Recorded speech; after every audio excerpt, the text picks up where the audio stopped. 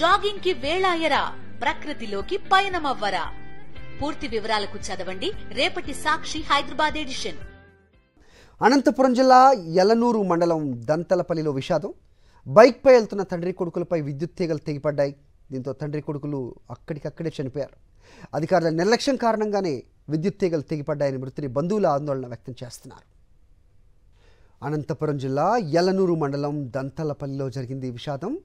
బైక్పై వెళ్తున్న తండ్రి కొడుకులపై విద్యుత్ తీగలు తెగిపడ్డాయి. దీంతో ఇద్దరు కూడా అక్కడికక్కడే మృతి చెందారు. అధికారుల నిర్లక్ష్యం కారణంగానే ఈ తీగలు తెగిపడ్డాయని మృతుని బంధువులు ఆందోళన వ్యక్తం చేస్తున్నారు. ఘటనపై అప్డేట్స్ మా కరెస్పాండెంట్ శివారెడ్డిని అడిగి తెలుసుకుందాం. శివారెడ్డి, చెప్పండి, తండ్రి కొడుకులు ఇద్దరు ఈ రకంగా దుర్మరణం పాలవటం దురదృష్టకరం. సో ఆ పిల్లాడి వయసు ఎంత ఉంటుంది? అలాగే తీగలు తెగిపడడానికి ఖచ్చితంగా అధికారుల నిర్లక్ష్యం, ఇంతకు ముందు దాన్ని గమనించకపోవటం అని కూడా ఖచ్చితంగా చెప్పొచ్చు. ఏమంటున్నారు స్థానికులు, అక్కడి గ్రామస్తులు? అప్డేట్ ఏంటి?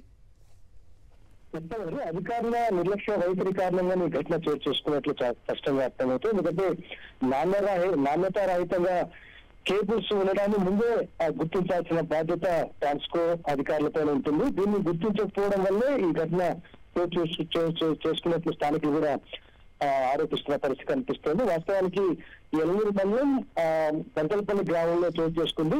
బైక్ పైన సంతోషంగా వస్తున్నటువంటి తండ్రి కొడుకు పైన ఒక్కసారిగా ఊహించని విధంగా విద్యుత్ తీగలు తెగిపోవడంతో తండ్రి కొడుకు అక్కడిక్కడే మృతి చెందారు. బాలుడు రవికుమార్ వయసు 15 సంవత్సరాలుంది. అదేవిధంగా రామాలూరులోని తండ్రి వయసు 55 సంవత్సరాలుంది.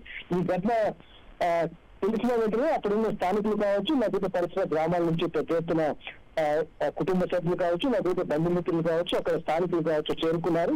ఇది ఖచ్చితంగా అధికారుల నిర్లక్ష్య వైఖరి కారణం. ఎందుకంటే పవర్ ఫ్లక్చువేషన్ ఉంటుంది. అదేవిధంగా అక్కడ విద్యుత్ తీగలకు సంబంధించి ఎంత నాణ్యత ఉంది, అదేవిధంగా నాణ్యత రహితంగా వేసినప్పటికీ ఎందుకు కొనసాగించారని దానిపైన పూర్తి స్థాయిలో విమర్శలు వ్యక్తమవుతున్న నేపథ్యంలో బాధిత కుటుంబాన్ని అన్ని విధాలుగా ఆదుకోవాలని స్థానికులు డిమాండ్ చేస్తున్న పరిస్థితి కనిపిస్తోంది. హరి.